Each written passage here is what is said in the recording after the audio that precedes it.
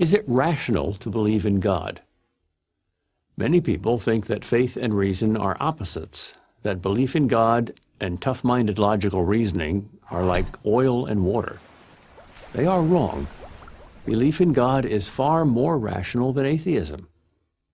Logic can show that there is a God.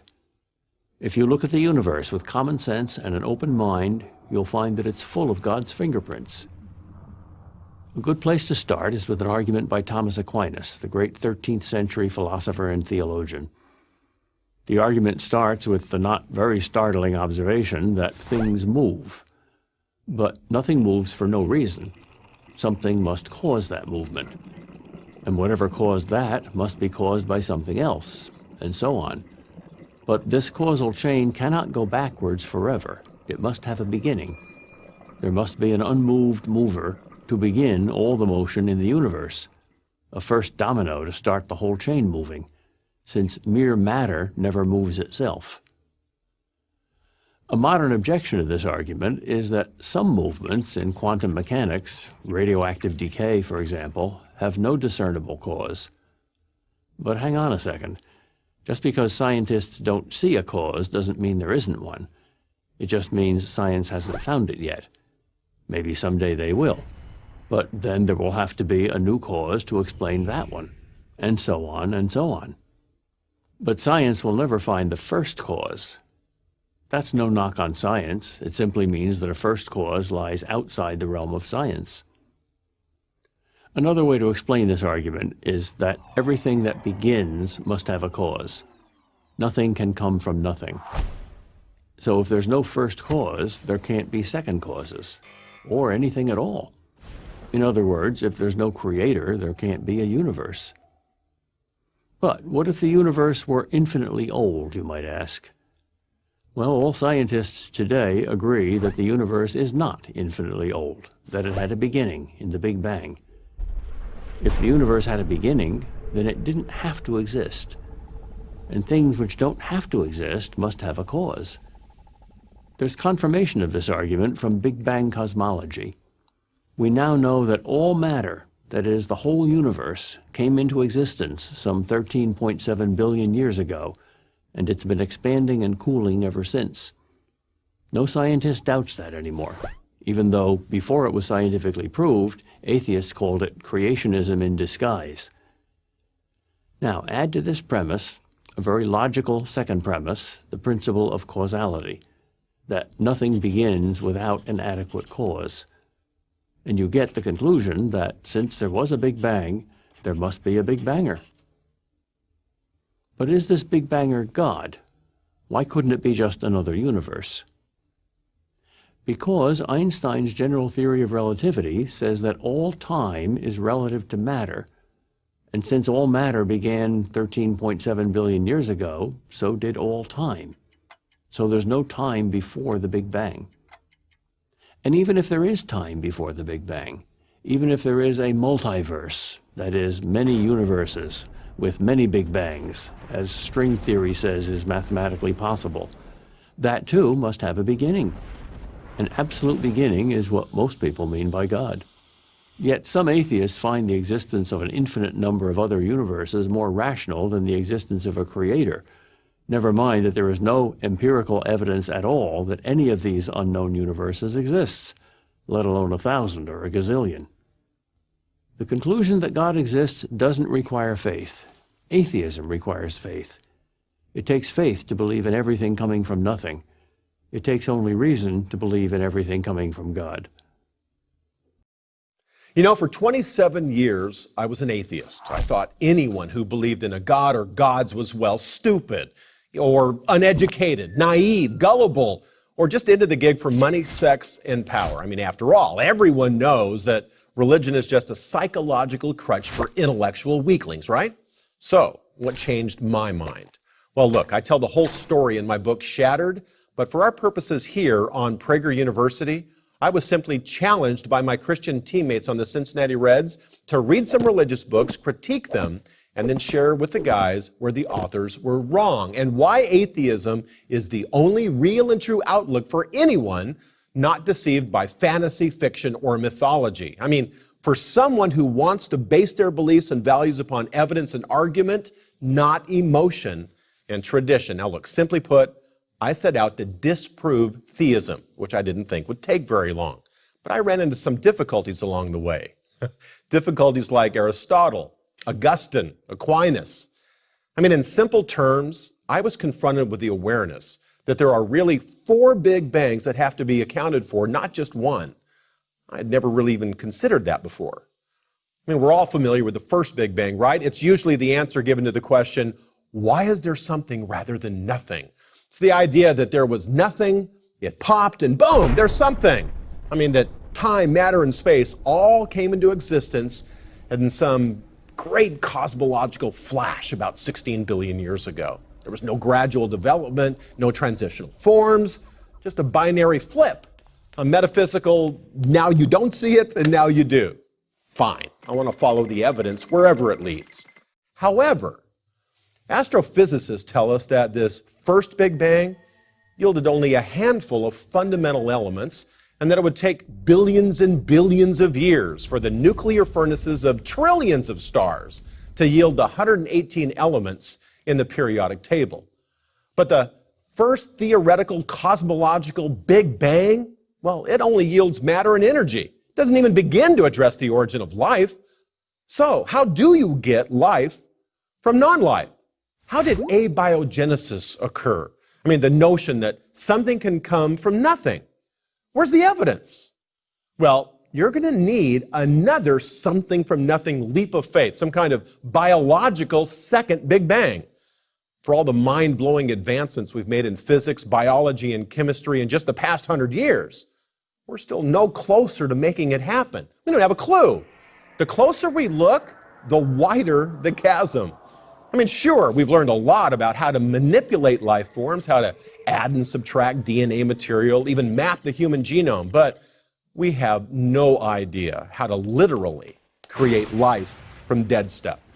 Now look, at this point, we still only have physics, chemistry, and some basic biology, or matter, energy, and simple life, if you will, but we still don't have a way to account for the great diversity of life forms. I mean, the huge differences between bacteria, plants, and animals. Nor do we have a way to account for the differences between man and animal. We still don't have an anthropology at this point. So we're going to need a kind of anthropological third Big Bang to account for all this, which of course is what Darwin was after in his Descent of Man thesis. Now look, Darwin answered a lot of questions, but he could never answer the core question. How did evolution begin? But hey, we're still not done describing the world that is all around us. A final Big Bang is going to be required to explain how can become a self-reflective human mind. Even the lowest life forms have brains and central nervous systems. I mean, how does something like that become the mind of a Michelangelo, a Shakespeare, a Beethoven?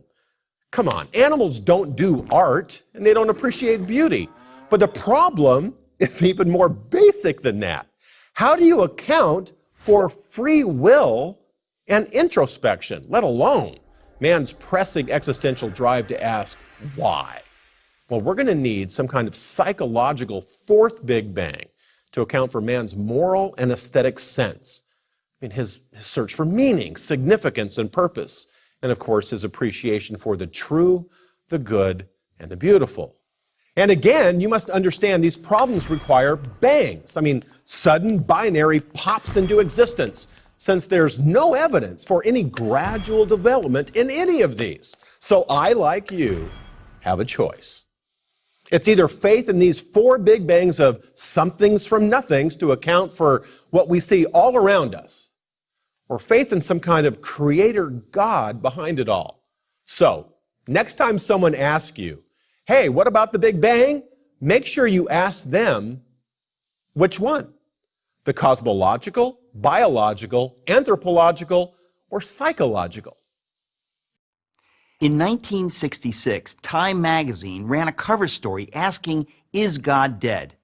The cover reflected the fact that many people had accepted the cultural narrative that God is obsolete, that as science progresses, there's less need for a God to explain the universe. It turns out, though, that the rumors of God's death were premature. In fact, perhaps the best arguments for his existence come from, of all places, science itself. Here's the story. The same year Time featured its now famous headline, the astronomer Carl Sagan announced that there were two necessary criteria for a planet to support life: the right kind of star and a planet the right distance from that star. Given the roughly octillion planets in the universe, that's one followed by 24 zeros, there should have been about septillion planets, that's one followed by 21 zeros, capable of supporting life. With such spectacular odds, scientists were optimistic that the search for extraterrestrial intelligence, known by its initials SETI, an ambitious project launched in the 1960s, was sure to turn up something soon. With a vast radio telescopic network, scientists listened for signals that resembled coded intelligence. But as the years passed, the silence from the universe was deafening. As of 2014, researchers have discovered precisely bupkis, nada, zilch, which is to say zero followed by an infinite number of zeros. What happened? As our knowledge of the universe increased, it became clear that there were, in fact, far more factors necessary for life, let alone intelligent life, than Sagan supposed. His two parameters grew to 10, then 20, and then 50, which meant that the number of potentially life-supporting planets decreased accordingly. The number dropped to a few thousand planets and kept on plummeting. Even SETI proponents acknowledged the problem.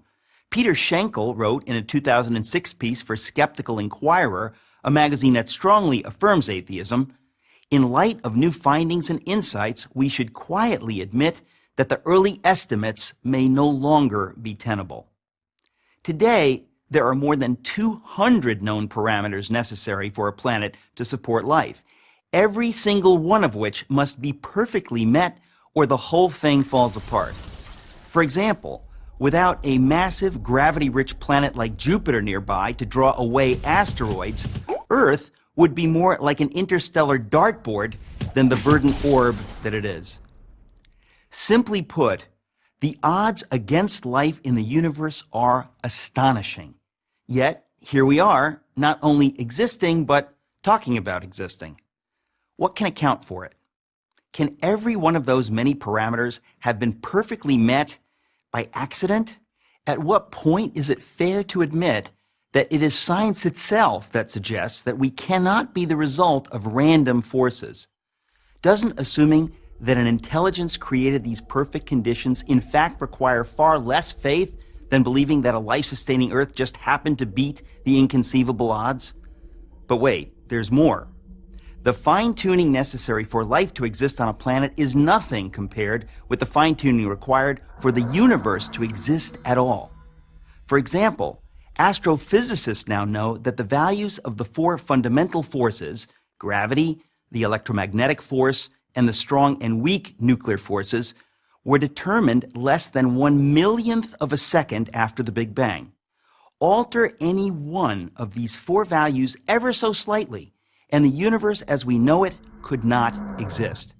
For instance, if the ratio between the strong nuclear force and the electromagnetic force had been off by the tiniest fraction of the tiniest inconceivable fraction, then no stars could have formed at all. Multiply that single parameter by all the other necessary conditions, and the odds against the universe existing are so heart-stoppingly astronomical that the notion that it all just happened defies common sense. It would be like tossing a coin and having it come up heads 10 quintillion times in a row. I don't think so. Fred Hoyle, the astronomer who coined the term Big Bang, said that his atheism was greatly shaken by these developments. One of the world's most renowned theoretical physicists, Paul Davies, has said that the appearance of design is overwhelming. Even the late Christopher Hitchens, one of atheism's most aggressive proponents, conceded that without question the fine-tuning argument was the most powerful argument of the other side. Oxford University professor of mathematics, Dr. John Lennox, has said, "The more we get to know about our universe, the more the hypothesis that there is a creator gains in credibility as the best explanation of why we are here." The greatest miracle of all time is the universe. It is the miracle of all miracles, one that inescapably points to something or someone beyond itself. If God exists, then the world didn't just evolve by chance, but by deliberate design. There's an artist behind this incredible work of art, this big and beautiful world. If God exists, we're living in a great story, an epic like The Lord of the Rings, with real heroes and heroic tasks. Ultimately, all the twists and turns of this epic narrative will be paid off. Everything will make sense. It will even have a happy ending. Not necessarily, or even likely, in our own lifetime. Even Moses didn't get into the promised land, but over the grand course of time, in an afterlife, which exists as surely as God exists. If God exists, the presence of evil, hard as it is to accept, makes sense. God allows it for a reason, namely to preserve our free will. And God will reconcile all injustices in the end. If there is no God, life is one big crapshoot. If God does exist, morality is a real, objective feature of the world. If there is no God, morality is just the rules we make up for this little game of life that we play. If God exists, love is the nature of an eternal reality. If there is no God, love is just a fleeting feeling, no more than a bunch of chemical and neurological interactions. If God exists, you are of infinite value. He knows you as a parent knows his child. He's accessible to you. If there is no God, each of us is as insignificant as a rock on an unknown planet. If God exists, death is conquered, because if there is a God, there is a reality outside of space and time. If there is no God, there is nothing immortal, and all the good things in life are destroyed forever. You and everyone you love and everything you think matters are all consigned to oblivion. If there is no God, life is pointless. Everything we've done and lived for will ultimately be in vain. Can I prove with an absolute certainty that God exists? I can make the case that overwhelming evidence suggests that he does, but no, I can't prove that he exists with absolute certainty. That's likely part of his plan.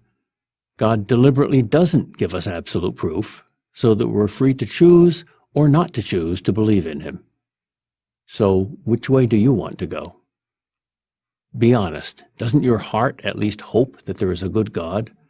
A transcendent validator of love and all the highest human values? Of course it does. Why would anyone not wish that life has some ultimate purpose, that good and evil are real, that there is ultimate justice, that our love for others means something? If you choose to live as if there is a God, even if you're not sure that there is a God, you'll lose nothing and you gain everything.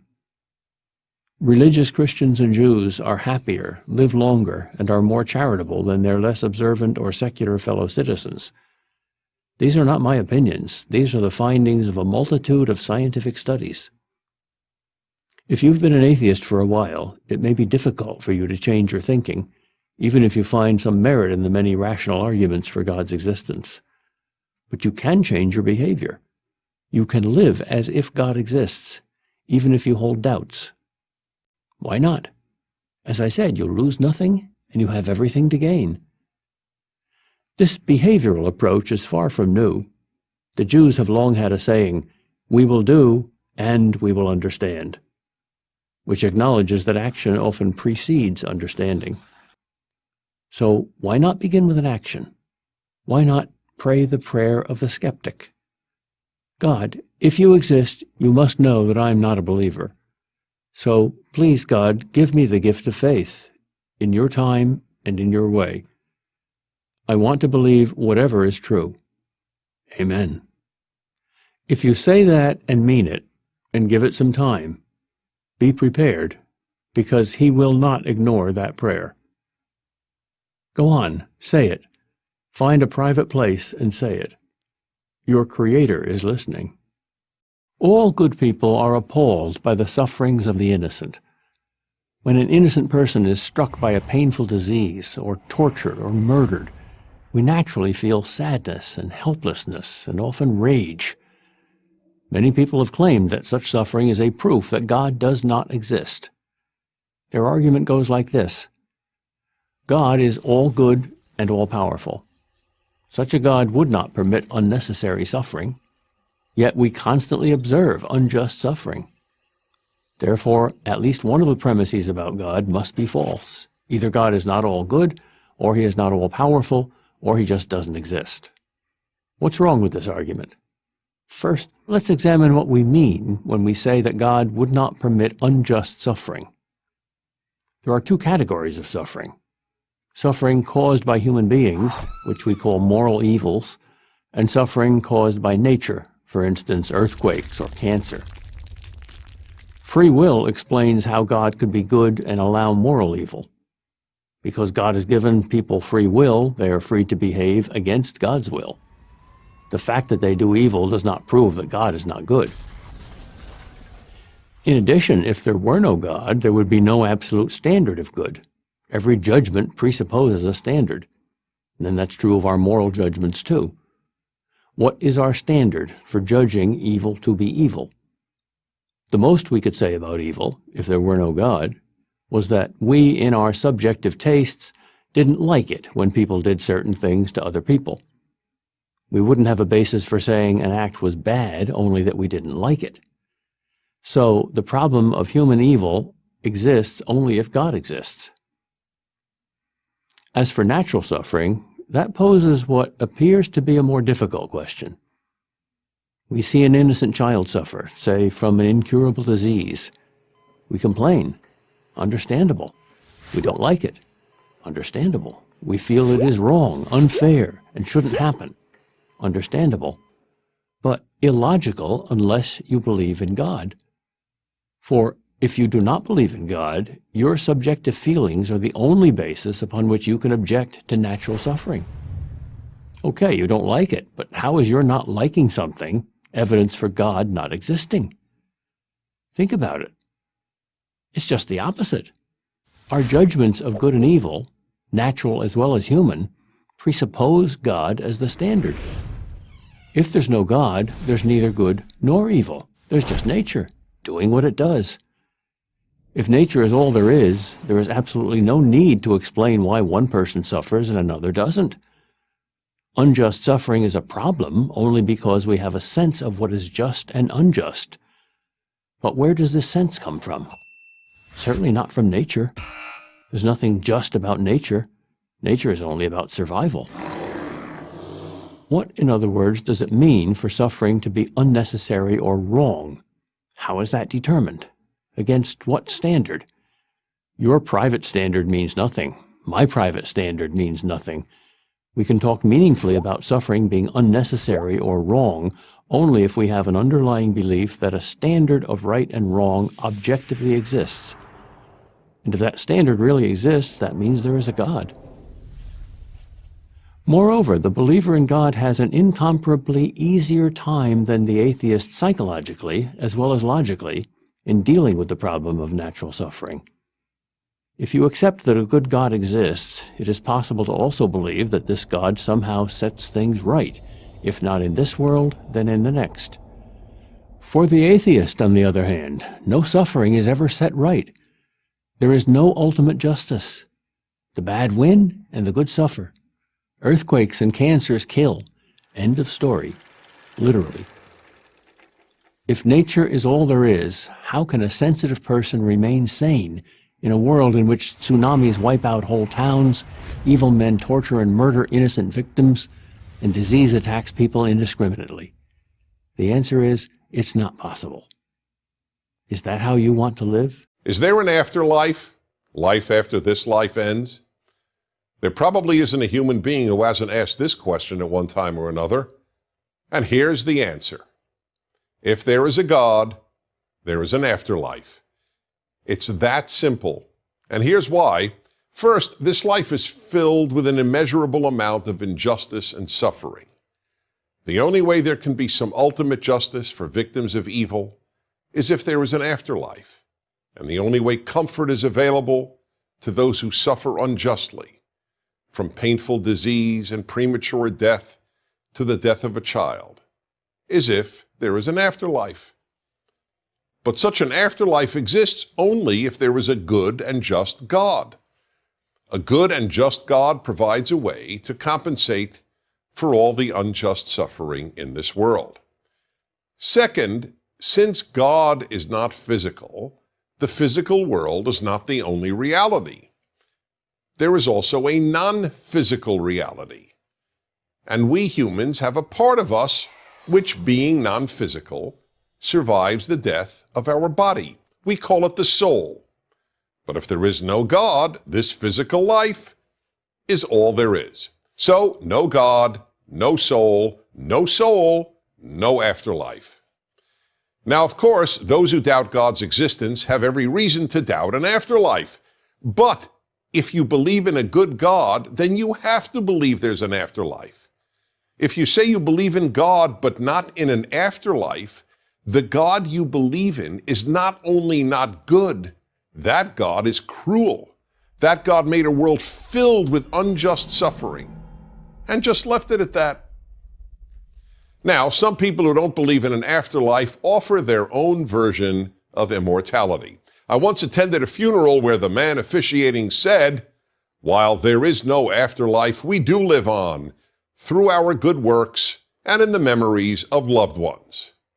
That's what a lot of people who reject an afterlife want to believe. But the idea that human beings live on through their good works or through the memories of loved ones, which generally means a person's children or grandchildren, is simply meaningless. If people live on through their good works, then children who die don't live on. The number of good works most children are even capable of is minuscule. As for babies who die, well, babies can't engage in good works at all, so I guess they just don't live on. Anyway, the truth is that bad works usually live on longer than nearly any good works. In fact, if works make us immortal, Hitler, with all the evil he did, is far more immortal than the kindest people on earth. As for living on in the memories of our children, what do we say to those who have no children? Sorry, you don't live on. Moreover, living on in anyone's memory, as beautiful as that is not the same as immortality or an afterlife. As Woody Allen put it, I don't want to achieve immortality through my work. I want to achieve it through not dying. If there's no afterlife, we don't live on. Period. Let's be honest enough to acknowledge that. If there's no afterlife, none of us will ever again be with those we most love and who love us. If there's no afterlife, neither anyone murdered nor any murderer will ever receive ultimate justice. If there's no afterlife, this life, for the vast majority of people who ever lived and for those alive now, is a meaningless crapshoot. Finally, people always ask me, so what happens in the afterlife? To which I can only respond, I don't know, but I do know this. My belief in God and the afterlife keeps me sane. The thought that this life is all there is means that torturers get away with the horrors they have engaged in. It means that this life is random and pointless. And it means that I will never again see anyone I love. This would drive me mad. In fact, I don't see how it wouldn't drive anyone mad who cares about suffering and who loves anyone. So is there an afterlife? If there is a God, of course there is. I'm Dennis Prager. Ever since the 18th century and the dawning of the so-called Age of Reason, most of the best educated people in the world have been absolutely certain that reason alone will lead us to goodness and a good world. We don't need a God, we don't need religion, all we need is reason. Evil, we have been told for almost 3 centuries, doesn't make sense. It's irrational. That's why you'll often hear murderous dictators referred to as madmen and their evil regimes described as products of madmen. In other words, the very opposite of rational men. Stalin was irrational, Pol Pot was a madman, Mao's genocidal cultural revolution in which he directed the killing of 50 to 75 million Chinese in peacetime no less, is routinely called madness, and the Iranian regime's calls for the annihilation of Israel are routinely dismissed as, you guessed it, irrational. Meanwhile, good and moral things are always associated with being reasonable. But this association of reason with good is wishful thinking. Of course, reason might argue for doing good, but it might just as well argue for doing bad. Take a non-murderous example. Is it right or wrong for a student to cheat on a test? It's wrong, of course. But now answer this. Is it rational or irrational to cheat on a test? The answer is not quite as obvious, is it? After all, if you can get away with it, and it might mean the difference between getting into a great school or getting a great job, cheating on a test may well be reasonable.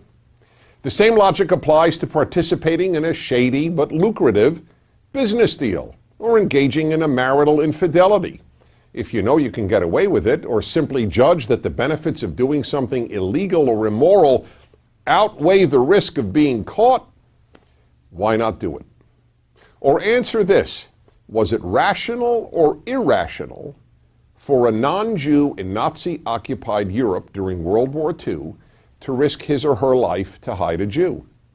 We all know that this was moral greatness of the highest order. But was it rational? Not really.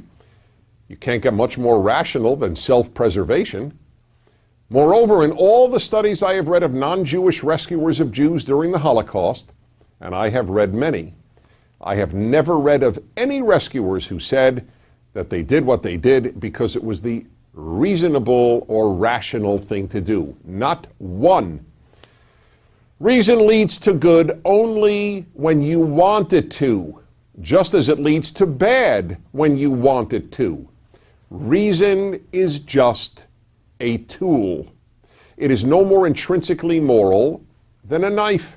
A knife can be used to murder or to torture people, but in the hands of a surgeon, it can be used to save lives. If you want to preserve liberty, then it is rational to fight and risk your life on its behalf. And if you want to maintain a fascist or a communist or an Islamist dictatorship, then it's equally rational to risk your life on its behalf. And talking about liberty, it isn't reason that makes people value liberty. Many rational people value security, or order, or territory, or theocracy, or many other things much more than they value liberty.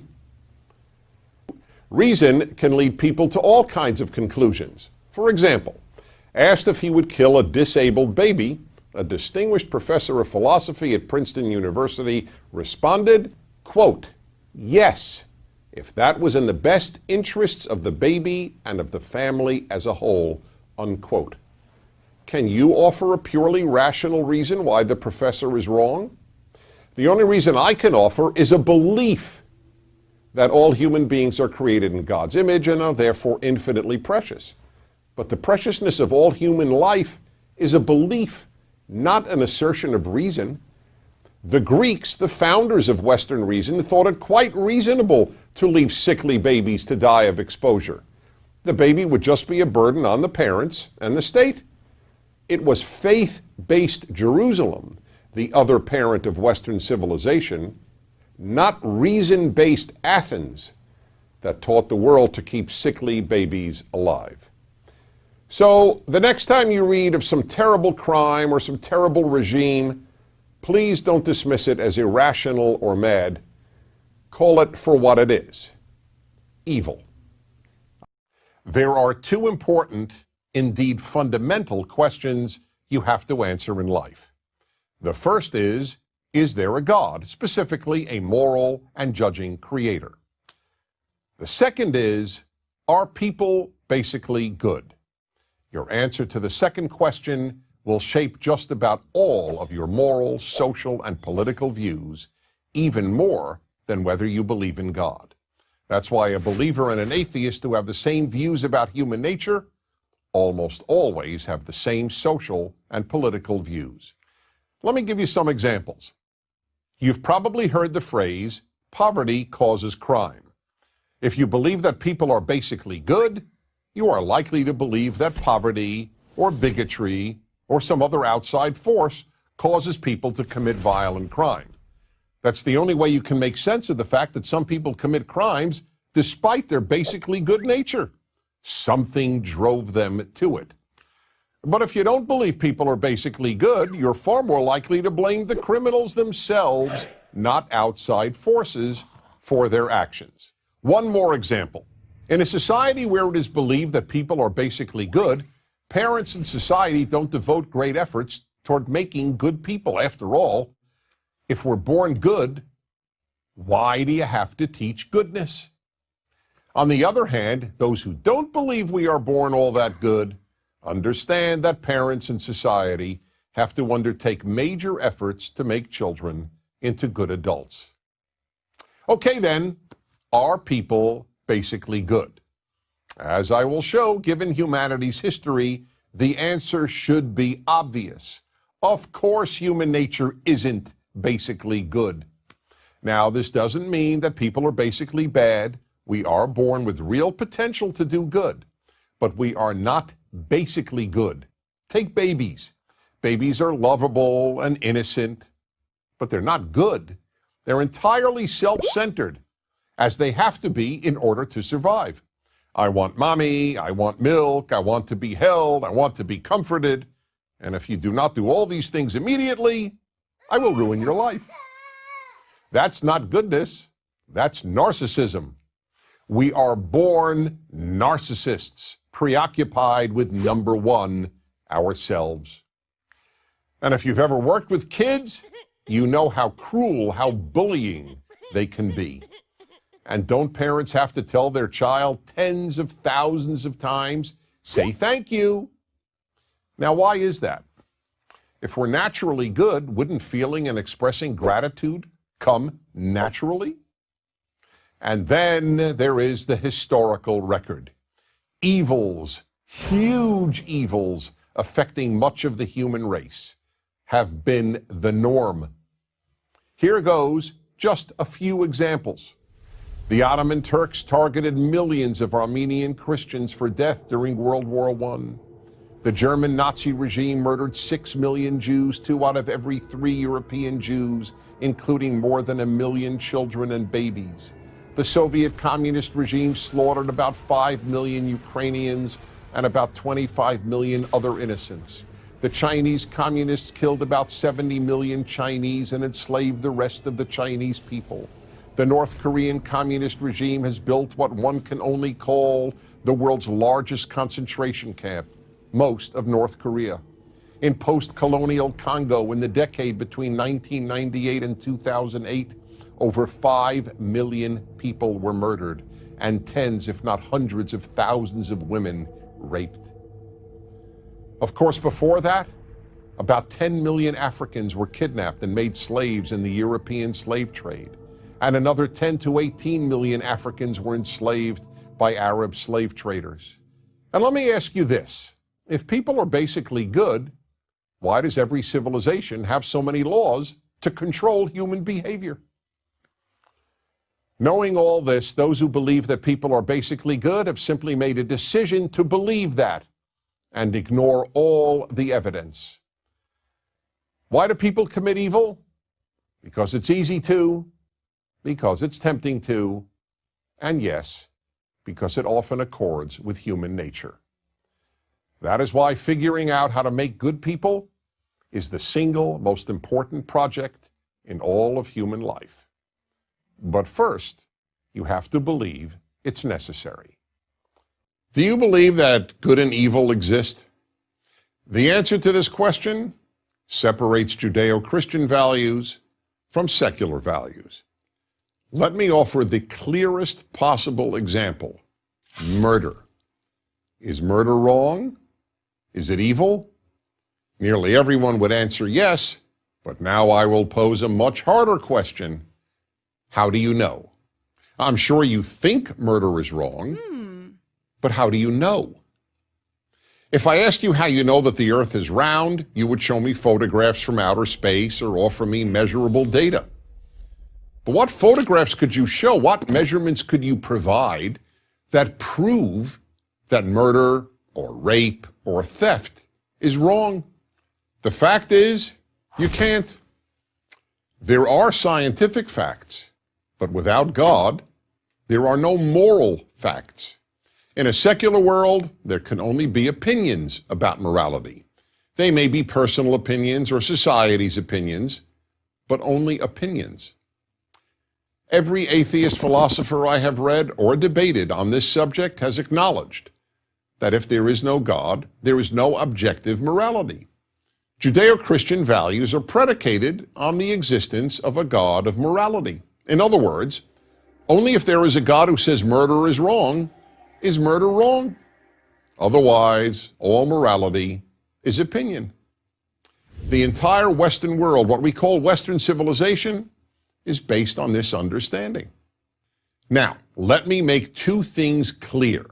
First, this doesn't mean that if you don't believe in God, you can't be a good person. There are plenty of kind and moral individuals who don't believe in God and Judeo-Christian values. But the existence of these good people has nothing to do with the question of whether good and evil really exist if there is no God. Second, there have been plenty of people who believed in God who were not good people. Indeed, more than a few have been evil and have even committed evil in God's name. The existence of God doesn't ensure people will do good. I wish it did. The existence of God only ensures that good and evil objectively exist and are not merely opinions. Without God, we therefore end up with what is known as moral relativism, meaning that morality is not absolute, but only relative to the individual or to the society. Without God, the words good and evil are just another way of saying I like and I don't like. If there is no God, the statement murder is evil is the same as the statement I don't like murder. Now, many will argue that you don't need moral absolutes. People won't murder because they don't want to be murdered. But that argument is just wishful thinking. Hitler, Stalin, and Mao didn't want to be murdered, but that hardly stopped them from murdering about 100 million people. It is not a coincidence that the rejection of Judeo-Christian values in the Western world by Nazism and communism led to the murder of all these innocent people. It is also not a coincidence that the first societies in the world to abolish slavery, an institution that existed in every known society in human history, were Western societies rooted in Judeo-Christian values. And so were the first societies to affirm universal human rights, to emancipate women, and to proclaim the value of liberty. Today, the rejection of Judeo-Christian values and moral absolutes has led to a world of moral confusion. In the New York Times in March 2015, a professor of philosophy confirmed this. He wrote, "What would you say if you found out that our public schools were teaching children that it is not true that it's wrong to kill people for fun? Would you be surprised? I was." The professor then added, "The overwhelming majority of college freshmen view moral claims as mere opinions." So then, whatever you believe about God or religion, here is a fact. Without a God who is the source of morality, morality is just a matter of opinion. So, if you want a good world, the death of Judeo-Christian values should frighten you. In the external or physical world, we're all aware of standard cause and effect, right? You know, object A acts upon object B with force X. We all get that because it applies to just about everything from electrons to athletes. But now consider events in your internal or mental world. What causes your thoughts?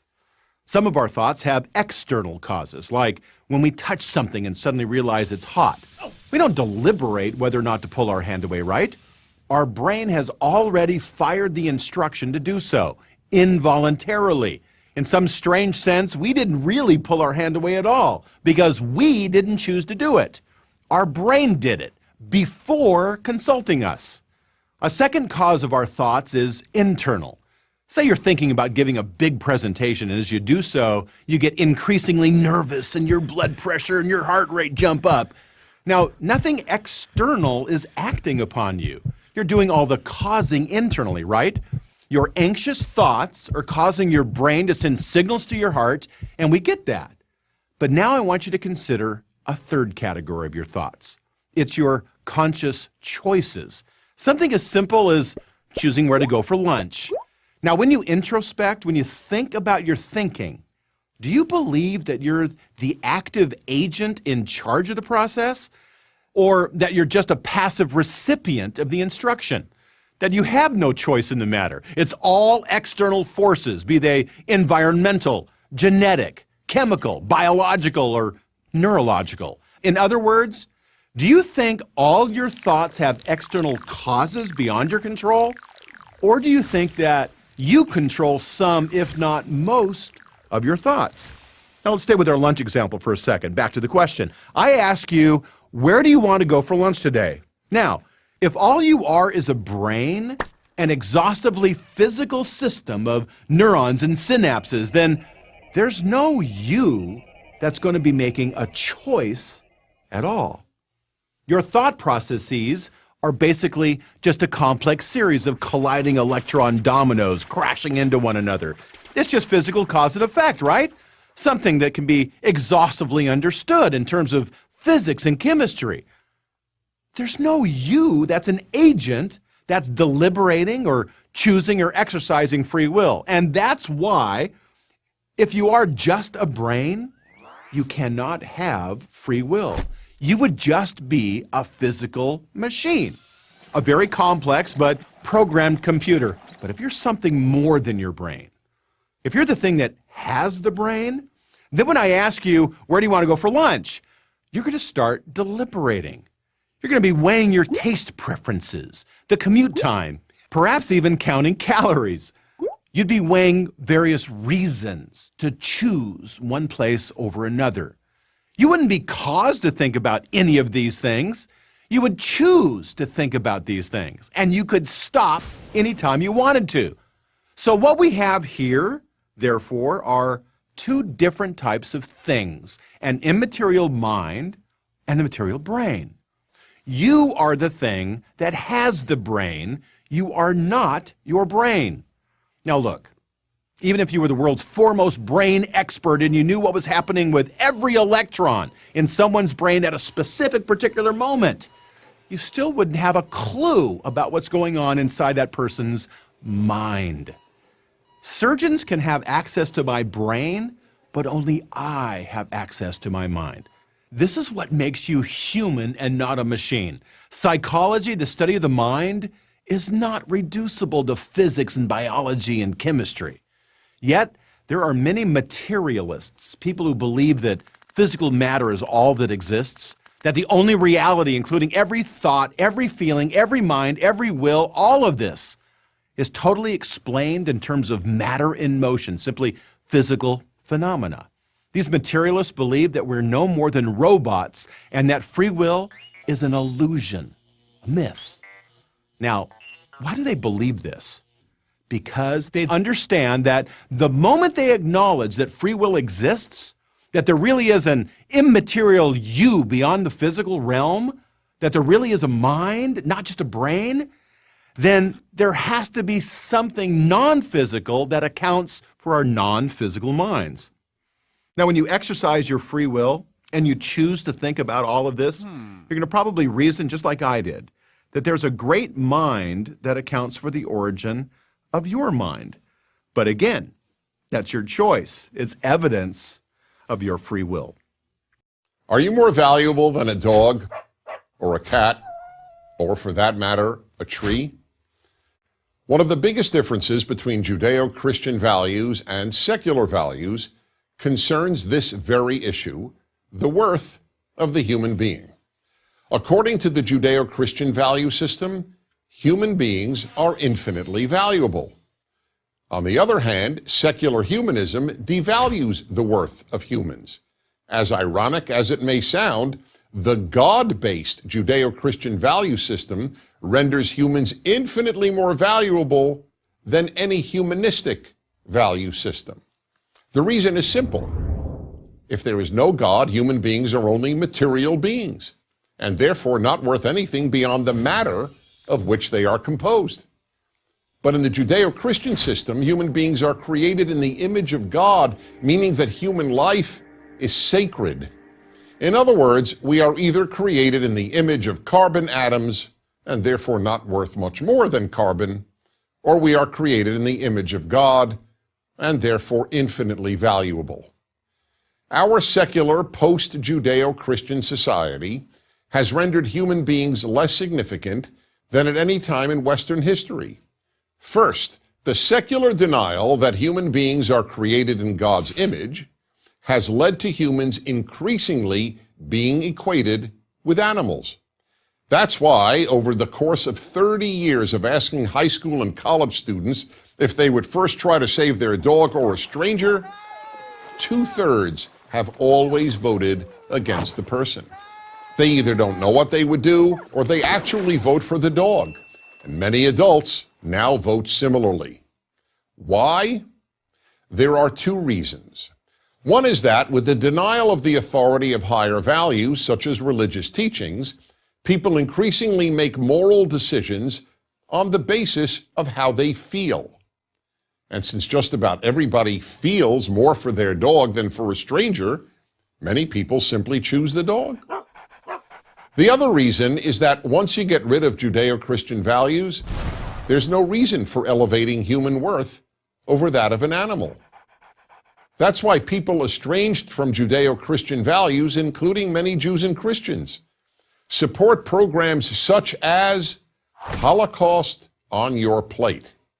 Holocaust on Your Plate is a campaign developed by the animal rights group People for the Ethical Treatment of Animals, PETA, that teaches that there is no difference between the barbecuing of chickens in America and the burning of Jews in the Holocaust.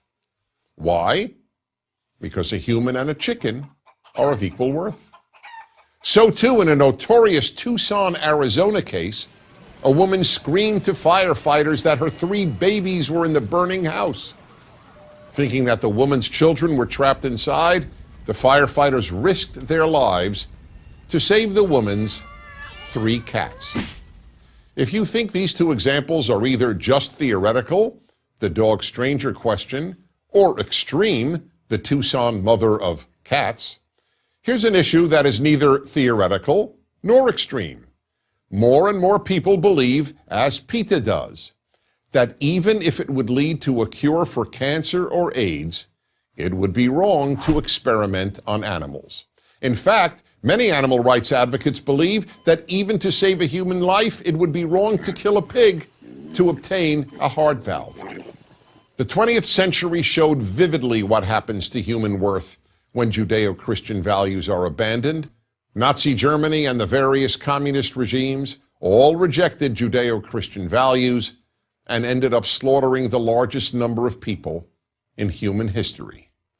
For Nazism, Jews and members of other non-Aryan groups were declared worthless and murdered in the millions. For communists, human worth was determined solely by communist parties which murdered tens of millions of people. Only by rejecting Judeo-Christian values could Nazis declare Jews, Slavs, and others subhuman.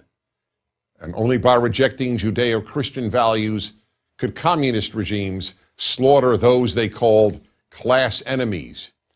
Individual human life meant nothing. Meanwhile, human slavery was abolished only in the Judeo-Christian world. And of course, for nearly all those who reject Judeo-Christian values, the human fetus is worthless if its mother deems it so. Finally, there is an increasingly vocal part of the environmentalist movement that also denigrates human worth. For these individuals, the human being is not infinitely precious. Trees and rivers and mountains are. So, are you more valuable than a dog or a cat or a tree? That depends on your value system. No document in world history so changed the world for the better as did the Ten Commandments. Western civilization, the civilization that developed universal human rights, created women's equality, ended slavery, created parliamentary democracy, among other unique achievements, would not have developed without them. As you will see when each of the Ten Commandments is explained, these commandments are as relevant today as when they were given over 3,000 years ago. In fact, they're so relevant that the Ten Commandments are all that is necessary to make a good world, a world free of tyranny and cruelty. Imagine for a moment a world in which there was no murder or theft. In such a world, there would be no need for armies or police or weapons. Men and women and children could walk anywhere at any time of day or night without any fear of being killed or robbed. Imagine further a world in which no one coveted what belonged to their neighbor, a world in which children honored their mother and father and the family unit thrived, a world in which people obeyed the injunction not to lie. The recipe for a good world is all there in these 10 sublime commandments. But there is a catch.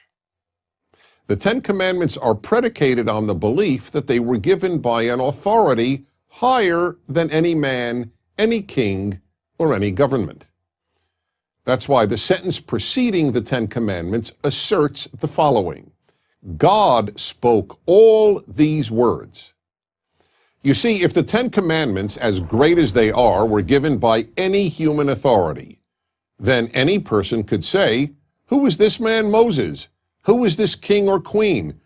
Who is this government to tell me how I should behave?"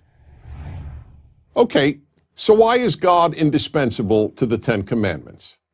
Because, to put it as directly as possible, if it isn't God who declares murder wrong, murder isn't wrong. Yes, this strikes many people today as incomprehensible, even absurd. Many of you are thinking, is this guy saying you can't be a good person if you don't believe in God? Let me respond as clearly as possible. I am not saying that. Of course there are good people who don't believe in God, just as there are bad people who do. And many of you are also thinking, I believe murder is wrong, I don't need God to tell me. Now that response is only half true. I have no doubt that if you're an atheist, and you say that you believe murder is wrong, you believe murder is wrong. But forgive me, you do need God to tell you. We all need God to tell us. You see, even if you figured out murder is wrong on your own, without God and the Ten Commandments, how do you know it's wrong? Not believe it's wrong, I mean know it's wrong. The fact is, you can't. Because without God, right and wrong are just personal beliefs, personal opinions. I think shoplifting is okay, you don't. Unless there is a God, all morality is just opinion and belief. And virtually every atheist philosopher has acknowledged this. Another problem with the view that you don't need God to believe that murder is wrong is a lot of people haven't shared your view. And you don't have to go back very far in history to prove this. In the 20th century, millions of people in communist societies and under Nazism killed about 100 million people. And that doesn't count a single soldier killed in war. So don't get too confident about people's ability to figure out right from wrong without a higher authority. It's all too easy to be swayed by a government or a demagogue or an ideology, or to rationalize that the wrong you're doing isn't really wrong. And even if you do figure out what is right and wrong, God is still necessary. People who know the difference between right and wrong do the wrong thing all the time. You know why? Because they can. They can because they think no one is watching. But if you recognize that God is the source of moral law, you believe that He is always watching. So even if you're an atheist, you would want people to live by the moral laws of the Ten Commandments. And even an atheist has to admit that the more people who believe God gave them, and therefore they are not just opinion, the better the world would be. What is the first of the Ten Commandments? It might seem like an odd question, but it's not. Jews and Christians give different answers.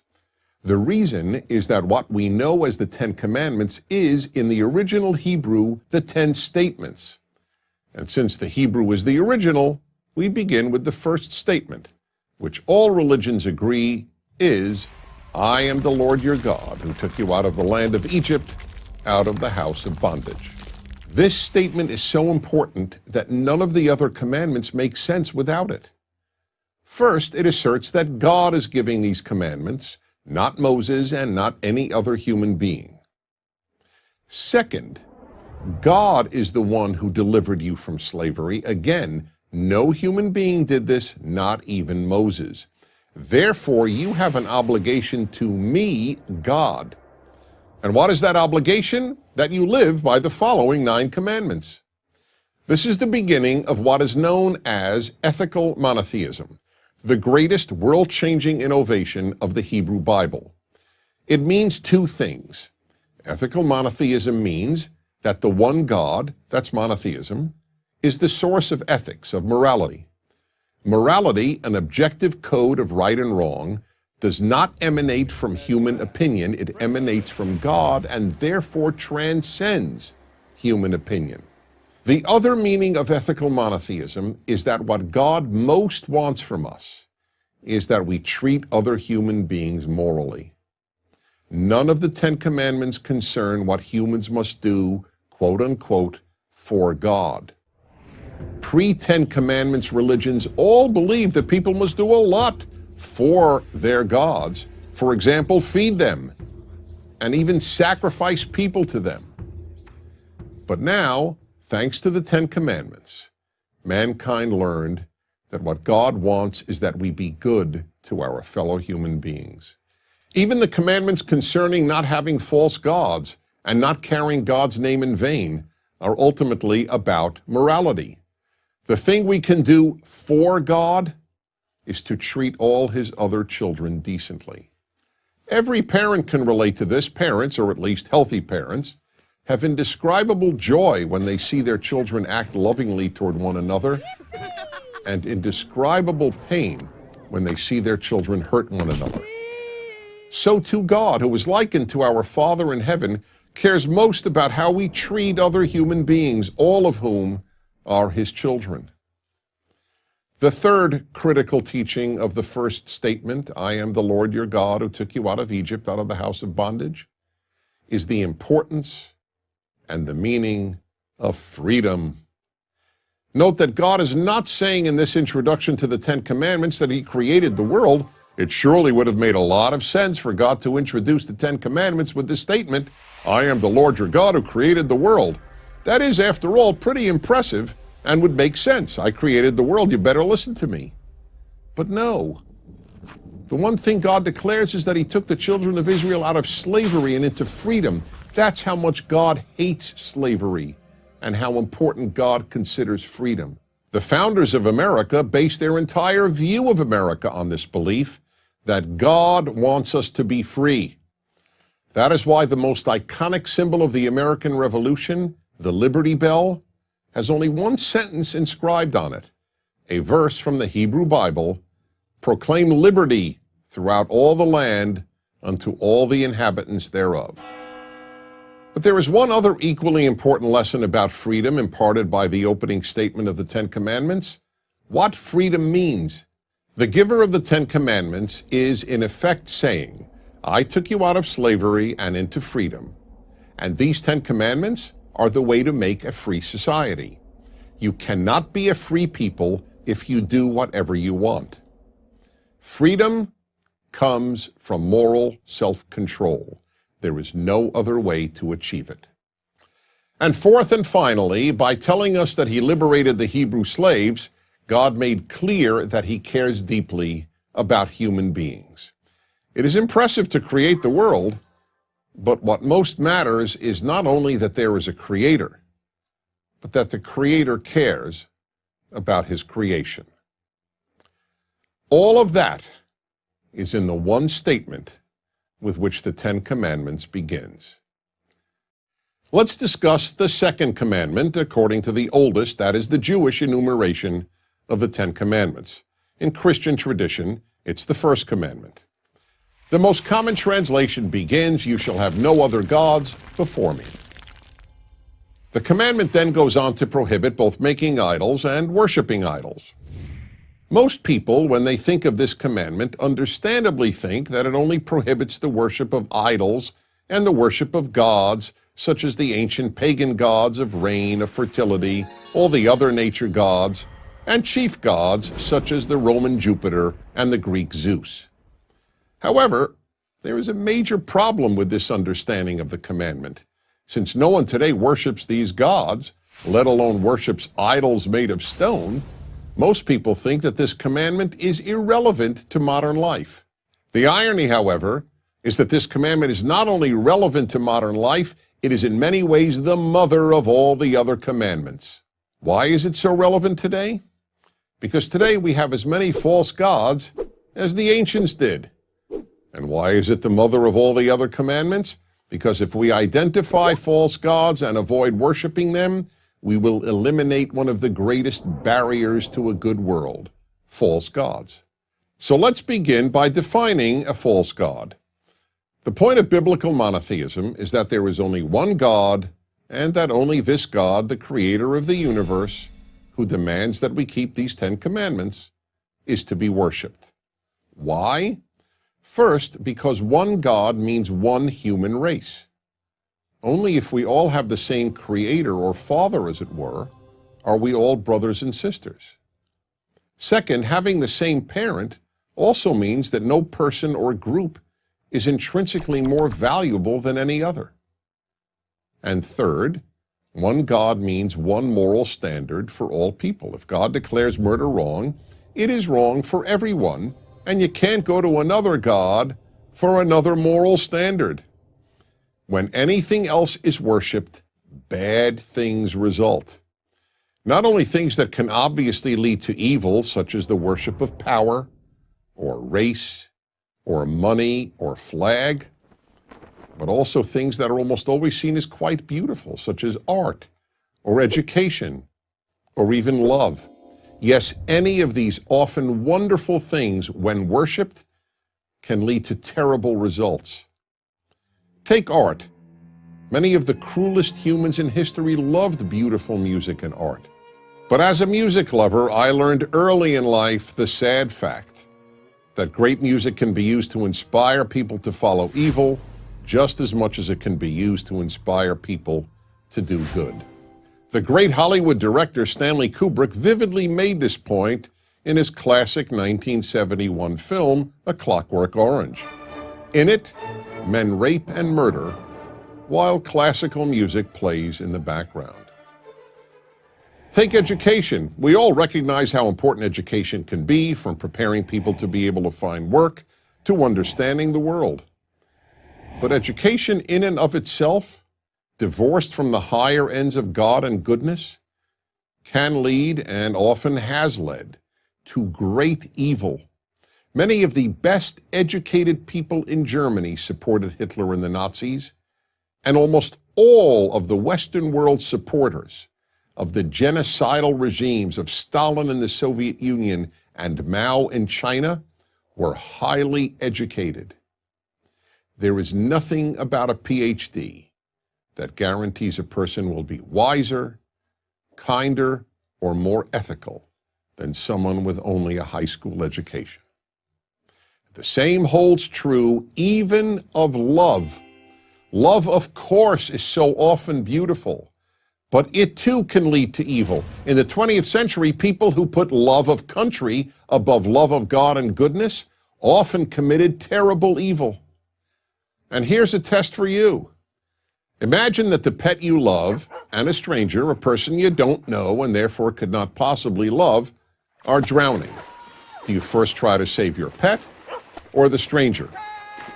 Well, if love is an end in itself, you save your pet. But if you hold human life as a higher value than love, you won't follow love.